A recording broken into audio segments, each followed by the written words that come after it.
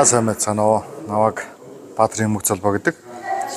Би Монгол Улсын консерваторийн хөгжим өглөөж ажилтай. Тэгээд морь өөрийн олон улсын наадамд миний оролцоол төгөлдрөөр хөглөх уралдаачтайхаа бэлтгэл хийх уралдааны төгөлдрөөрийг ерөнхийдөө хариуцж ажиллаж байгаа хөглөөч хүн байна.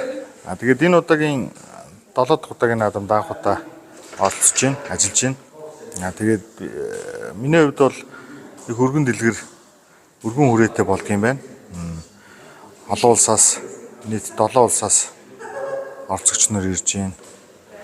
Бүрээд Япон, Солонгос, Өвөр Монгол, Америк гэх газруудаас хүмүүс иж оролцож байна. Тэгээд уралdaa нь бол 3 төвшөнд явж байна. Өөр төвшөнд мэрэгжлэх, сонирхчоо, урлаачтай гэдэг.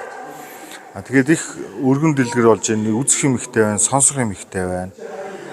Гаднаас оролцож байгаа гадаад оролцогч нар минь айгүй чадварлаг байна, мундаг байна.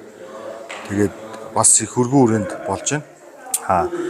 Сонирхчийн уралдаан бол мэдээж бас олон улсаас иж оролцож байгаа. Гэхдээ сонирхч гэдэг төвшнийг бас мэрэгжлийнхтэй нэг харьцуулаад үзэхэд ер нь бол яг нэг төвшин сонирхч гээд доошоолоод байхгүй айгүй чадварлаг байна, мундаг байна хүүхдүүд.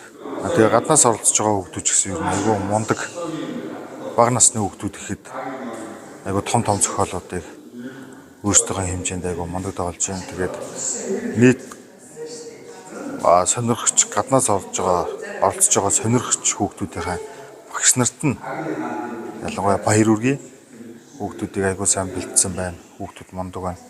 Тэгээд хойшоо дараагийн уралдаанд хүүхдүүдээ сайн бэлдээд өшөө олуулаа ирээд программын сонголтоо айгүй сайн зөв хийгээд хүүхдүүдээ бэлдээд ирвэл өшөөл энийг бол гэхдээ би нэг уралдаан гэхээс илүү наадам гэж хараад байна.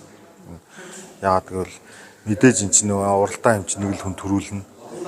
Тэр нь бол яах вэ? Зүгээр наадам гэдэг утгаар бол бүр өшөө олон улсаас, өшөө олон хүүхэдтэй, өшөө олон багш нартай оролцоосаа гэж хүсэж байна. Тэгээд нийт оролцсон мэрэгжлийн сонирхчийн болон урлаач нартай баяр хүргье.